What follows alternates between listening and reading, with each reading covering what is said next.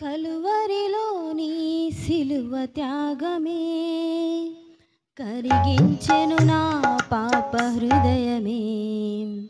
కలువరిలోని సిలువ త్యాగమే కరిగించెను నా పాప హృదయమే. నీవు కార్చిన ఈ రుధిరధారలే, నీవు కార్చిన ఈ రుధిరధారలే కరిగించెను పాపికి పరిహారమే. ఓ మానవా ఇది మన కోసమే, ఓ మానవా ఇది మన కోసమే. ఈ గొప్ప ప్రేమ బలియాగమే కలువరిలోని సిలువ త్యాగమే కరిగించెను నా పాప హృదయమే. మన దోషము కొరకై నలుగగొట్టబడెను, మన అతిక్రమ బాధలు సిలువపై మోసెను. మన దోషము కొరకై నలుగగొట్టబడెను, మన అతిక్రమ బాధలు సిలువపై మోసెను. కొరడా దెబ్బలతో గాయపరచబడెను, కొరడా దెబ్బలతో గాయపరచబడెను. ఆ గాయములే నిన్ను స్వస్థపరచెను, ఆ గాయములే నిన్ను స్వస్థపరచెను. ఓ మానవా ఇది మన కోసమే, ఓ మానవా ఇది మన కోసమే. ఈ గొప్ప ప్రేమ బలియాగమే కలువరిలోని సిలువ త్యాగమే కరిగించెను నా పాప హృదయమే.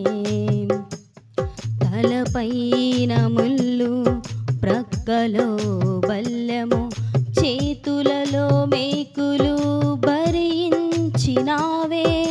తలపైన ముళ్ళు, ప్రక్కలో బల్లెము, చేతులలో మేకులు భరించినావే. బతుకుతే బడిన గొర్రె పిల్లవోలే, బతుకుతే బడిన గొర్రె పిల్లవోలే మౌనముగా శిక్షను సహించినావే, మౌనముగా శిక్షను సహించినావే.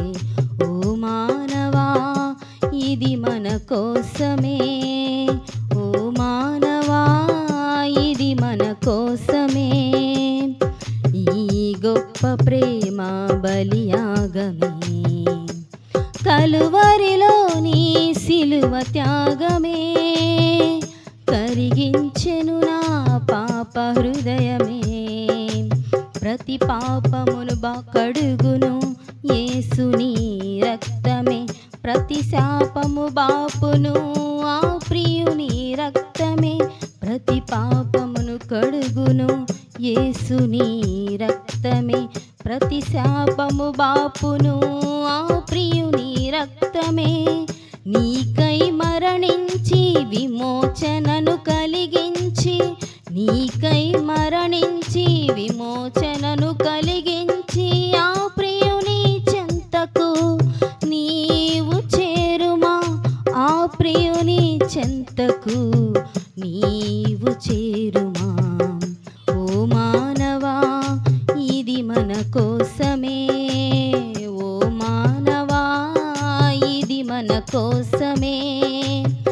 ఈ గొప్ప ప్రేమ బలియాగమే కలువరిలోని సిలువ త్యాగమే కరిగించెను నా పాప హృదయమే.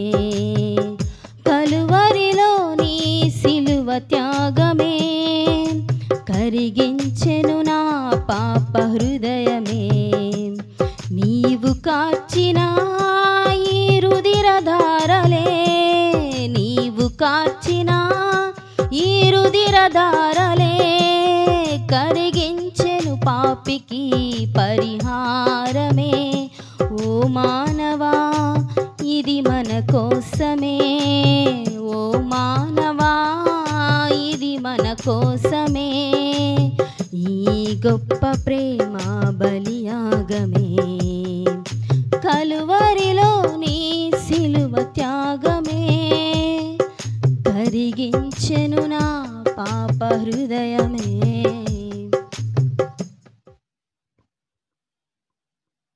హల్లెలూయా. ప్రభు అయిన యేసుక్రీస్తు వారి యొక్క మితిలేని కృపతో ఈ 33వ దిన ఆధ్యాత్మిక వసంతమునకు మిమ్మల్ని ప్రేమపూర్వకముగా ఆహ్వానిస్తున్నాను. ప్రభు కృప మీకు నిత్యము తోడై నడిపించునుగాక. ప్రియులరా, వెలిగించబడిన మన జీవితాలు వెలుగులో స్వతంత్రించుకొని ప్రభు కొరకు జీవించాలని, ప్రభు యొక్క మర్మమును మన జీవితాల్లో మేలును కలిగి జీవించుట గొప్ప కృప అయి ఉన్నది. ప్రభు కృప మనకు తోడై నడిపించునుగాక. నేటి ధ్యానము అపోస్తల కార్యము 10వ అధ్యాయము నుండి ప్రత్యేకించబరచబడ్డది కనుక కొద్దిగా ఆసక్తితో, తక్కువ సమయం అయినను కొద్దిగా ఆసక్తితో ఉన్న విధానమును బట్టి మీకు వందనాలు తెలియజేస్తున్నాను. ఈ అపోస్తల కార్యముల గ్రంథములో, చరిత్ర గ్రంథంలో యేసు ప్రభు యొక్క వెలుగులో తీర్చిదిద్దబడిన ఒక కుటుంబాన్ని మనం చూస్తున్నాం. గమనించండి. ఇటలీ పటాలంలో శతాధిపతి అయిన కొర్నేలి అని భక్తిపరుడు కైసరయాలో ఉండెను. కైసరయాలో కొర్నేలి అనే ఒక విశ్వాసి కుటుంబాన్ని ప్రభు ఈరోజు మనకు చూపిస్తున్నాడు. వాక్యం స్పష్టం. అతడు తన ఇంటి వారందరితో కూడా దేవుని యందు భయభక్తులు గలవాడై ఉండి, అతని వరకే కాదండి, తన కుటుంబముల్లో ప్రభువుని ఆయన కలిగి ఉన్న సందర్భాన్ని మనం ఇక్కడ చూస్తున్నాం. కుటుంబముల్లో ప్రభువుని కలిగి ఉన్న సందర్భం. ప్రియులరా, యేసుక్రీస్తు వారు అందరికీ ప్రభు అయి ఉండగా కొందరే ఆయన అంగీకరించి, ఆ కొందరిలో కూడా కుటుంబ సహవాసము లేకుండా వ్యక్తిగత జీవితాలతో గడిపేయి ఆ అనానుకూల వాతావరణ ప్రపంచంలో ప్రభు నీళ్లను గమనిస్తున్నాడు. ప్రత్యేకించి ఈ దినమున నీ కుటుంబమును గురించిన యోచన, ఆలోచన ప్రభు మదిలో ఉన్నది. వాక్యం స్పష్టం. కొర్నేలి కుటుంబ సమేతముగా ప్రభువుకి అనుకువగా ప్రభు దృష్టిలో పడి ఉన్న ఒక వ్యక్తిగా, ప్రభు మెచ్చుకొనదగిన వ్యక్తిగా ఉన్నాడు. ఆయన ఎంతగా ఎదిగాడంటే, ప్రజలు బహు కర్మకార్యములు చేయలు, ఎల్లప్పుడూ దేవునికి ప్రార్థన చేయవాడు. పగలు ఇంచుమించు 3 గంటల వేళ దేవుని దూత అతని యొద్దకు వచ్చి కొర్నేలి అని పిలిచి దర్శనమందు తేటగా అతనికి కనపడెను. ప్రార్థనలో ఎంత లీనమైపోయాడంటే, ప్రార్థనలో ఎంతగా ఆయన ఆనందించున్నాడంటే, స్వయాన దేవుని యొక్క దూత కొర్నేలి దగ్గరకు వచ్చి నిలబడి మాట్లాడటం, అతన్ని పేరు పెట్టి పిలవటం మనం ఇక్కడ చూస్తాం. ఇదంతా మనకు తెలిసిన, చాలాసార్లు మందిరాల్లో ఉన్న సంఘటన మనకు తెలిసిన విషయమే. విన్నాం చాలామంది బోధకుల దగ్గర. శ్రద్ధాశక్తి కలిగి మనము కూడా కొర్నేలి అనుభవాన్ని, కొర్నేలి కుటుంబంలో జరిగిన సందర్భం, కొర్నేలితో దేవుని దూత చెప్తున్నాడు, నీ ధర్మకార్యాలు, నీ న్యాయాలు, నీ యొక్క మంచితనము, నీ యొక్క యథార్థత దేవుని సన్నిధిని జ్ఞాపకార్థముగా జ్ఞాపకం చేరిని. అయితే ఇప్పుడు నువ్వేం చేస్తావా అంటే, సముద్ర తీరమున సీమోను అని ఒక చర్మకారుని ఇంట దిగి ఉన్నాడు. ఎవరయ్యా అంటే పేతురు. 5వ వచనం 6వ వచనం. యేసు ప్రభు వారి శిష్యుడును అనుంగు సహచరుడును బాధ్యత తీసుకున్న ఇక పేతురు గారు దిగి ఉన్న స్థలమును చెప్తూ అక్కడ నుంచి ఆయన నీ ఇంట చేర్చుకోమని పేతురికి గుర్చిన మాట కొర్నేలి గారికి దైవదూత దేవుని యొక్క వెలుగు స్వరూపము తెలియచేస్తున్నది. అవునండి, ప్రార్థనా గృహముగా ఉన్న యొక్క ప్రార్థనా గృహంలో దేవుని యొక్క దూతల సంచారము, దేవదేవుడు వెలుగై నివసించు విధానమును మనం ఇక్కడ చూస్తున్నాం. మన గృహాల్లో కూడా దేవదూతలు నివసించాలని, దేవుడు ఎక్కుచు దిగుచు మనము ఆయనతో ఆనందించాలని, క్రీస్తు యొక్క స్పర్శ మన కుటుంబాల్లో వెలుగై సంతరించాలన్న ఉద్దేశముతో ఈ సంవత్సరం వెలుగైన అంశములో ఈ యొక్క ప్రతి శుక్రవారం 33వ దినమున మన కుటుంబపు ప్రభు వెలుగుతో నింపబడే విధానాన్ని మనం చూస్తున్నాం. ఈయనకు వాడుక, ఈయనకు అలవాటు. దేనికైనా ఈ క్రమము లేకపోతే నీ జీవితంలో ఏది సంతరించుకొనలేవు, దేనిని అనుభవించలేవు. కొర్నేలి కుటుంబానికి ఏమి వాడుకయ్యా అంటే ప్రార్థనా సమయం ఒకటి పెట్టుకున్నారు. ఆ సమయంలో కుటుంబం అంతా ప్రభువుని స్తుతిస్తున్నారు. ఆయన ప్రభువు పేరట బహిరంగంగా ప్రభు కొరకు జీవిస్తున్నారు. వారికి కలిగిన దానిలో పేదల కోసము, సంగమన కోసము వారు వెచ్చిస్తున్నారు. ఇన్ని ధర్మాలు, ధర్మ కార్యాలను బట్టి, న్యాయ విధులను బట్టి ప్రభువు వారి మీద దృష్టించున్నాడు. ఆ కుటుంబంలో జరిగినది మనము చూస్తామండి. కింద 10వ వచనాన్ని మనం గమనించినట్లయితే ఇదే సమయంలో 10వ అధ్యాయం 10వ వచనం నుంచి కింది భాగంలో ఇక్కడ కొర్నేలికి ఏ దర్శనమైతే వస్తున్నదో అక్కడ పేతురు గారికి కూడా అదే వస్తుంది. చర్మకారుడైన సీమోన్ ఇంట్లో ఉన్న పేతురు గారికి కూడా అక్కడ మనం గమనించినట్లయితే వాక్యం స్పష్టం. అతడు మిక్కిలి ఆకలిగొని, ఎవరు? పేతురు గారు. 9వ వచనం నుంచి చదువుతున్నా. మరునాడు వారు ప్రయాణం అయిపోయి పట్టణమునకు సమీపించినప్పుడు పగలు ఇంచుమించు 12 గంటలకు పేతురు ప్రార్థన చేయుటకు మిద్దె మీదికి ఎక్కెను. అతడు ఆకలిగొని భోజనము చేయుచుండగా ఇంటి వారు సిద్ధపరుచుచుండగా అతడు పరవశుడై ఆకాశము తెరవబట్టు 4 చెంగులు పట్టి దింపబడిన పెద్ద దుప్పటి ఒక విధమైన పాత్ర భూమి మీదకి దిగి వచ్చుట చూస్తున్నాం. పేతురు గారికి కూడా మరలా ఇప్పుడు దర్శనం వస్తుంది. అదే ఇంటిలో మేడగదిలో ప్రార్థన కోసం వెళ్ళాడు. కొర్నేలి గారి ఇంట్లోకి వచ్చాడు, చేర్చుకున్నాడు. ఇదిగో క్షమించండి, ఇంకా కొర్నేలి గారి ఇంటికి రాలా. సీమోను, చర్మకారుడైన సీమోన్ ఇంట్లో ఆ ప్రార్థన కోసం వెళ్ళినప్పుడు పేతురు గారికి కలిగిన దర్శనం. అవునండి, దేవుని బిడ్డలు ఎక్కడ ఏ గృహంలో ఉండి ప్రార్థన సరుపుతున్నారో, ప్రార్థనలో క్రమము కలిగి ఉన్నారో, ఇక్కడైతే కొర్నేలి గారికి 3 గంటలకి ప్రార్థించే అలవాటు, ఆ సీమోను అనే చర్మకారుని ఇంట్లోనైతే 12 గంటలకు ప్రార్థించే అలవాటు, పేతురు గారికి అయితే ప్రార్థనా సమయాన్ని సద్వినియోగం చేసుకునే అలవాటు. మరి నీకే అలవాటు ఉన్నది? నీ కుటుంబానికి ఏ వాడుక ఉన్నది? ఇది నేను పూర్తిగా చదవటలేదు, మీరే చదవండి. దర్శనము పేతురు గారు చూస్తున్నారు. ఆ దర్శనాన్ని అపవిత్రమైన దాన్ని నేను ఏది తిననని చెప్తున్నాడు. ఆకాశము నుంచి దించబడిన ఆ యొక్క దుప్పటిలో ఆకాశము నుంచి దించబడిన, ప్రియులారా గమనించండి ఈ మాట, ఆకాశము నుండి దించబడిన ఆ యొక్క దర్శనములో పేతురు గారు ఊహించింది ఏంటంటే అపవిత్రమైనది నేను ఏది ముట్టనని ప్రభుతోనే చెప్తున్నాడు. ఆకాశము నుంచి, ప్రభు సన్నిధి నుంచి అపవిత్రమైనది వస్తుందా అండి? కాదండి. ఇక్కడ మనం గమనించినట్లయితే పేతురు గారి కంటే కొర్నేలి గారు కానీ, సీమోను కానీ ఇంకా ప్రార్థనా పరులుగా ఉన్నారు. వారి గృహాల మీద దేవుని వెలుగు ఎక్కువగా ఉన్నది. ప్రియ దేవుని జనాంగమా, సేవకుని కంటే మీరు విలువైన వారు. ఎలయనగా సేవకుడు బోధించి ఎక్కువ సమయం ప్రార్థనలో గడపటానికి సమయం లేదేమో, కానీ మీకు ప్రార్థనలో గడుపుటకు, ప్రార్థనా గృహముగా మీ ఇల్లు తీర్చిదిద్దబోటుకి ఇది మిక్కిలి అనుకూల సమయం. ఈ ఆధ్యాత్మిక వసంతం అన్నది. కనుకనే నీ జీవితంలో ఇది మేలైన దినముగా, నీ కుటుంబము ఆశీర్వదించబడిన కుటుంబముగా. ఒకవేళ ఇంతవరకు ప్రార్థనా జీవితము నీ కుటుంబంలో లేకపోతే ఇప్పుడైనా ప్రార్థన కొరకు నీ కుటుంబాన్ని అంకితం చేయి. అందుకని అంటున్నాడు ఇక్కడ, దేవుడు అపవిత్రము చేసిన వాటిని నీవు నిషిద్ధమైన వాటిగా ఎంచవద్దని మరలా 2వ మారు శబ్దము. 15వ వచనం. ప్రభు దగ్గర నుంచి వచ్చేది పరిశుద్ధమైనదే. పరిశుద్ధపరిచిన దానిని నువ్వు అపవిత్రమేంటి? ఎస్, చాలాసార్లు నీ యొక్క తలంపులు, నీ యొక్క ఆలోచన, నీ యొక్క ఉద్దేశాలు అపవిత్రమైనవిగా నువ్వు చేస్తున్నావు, కానీ ప్రభు చేయట్లేదండి.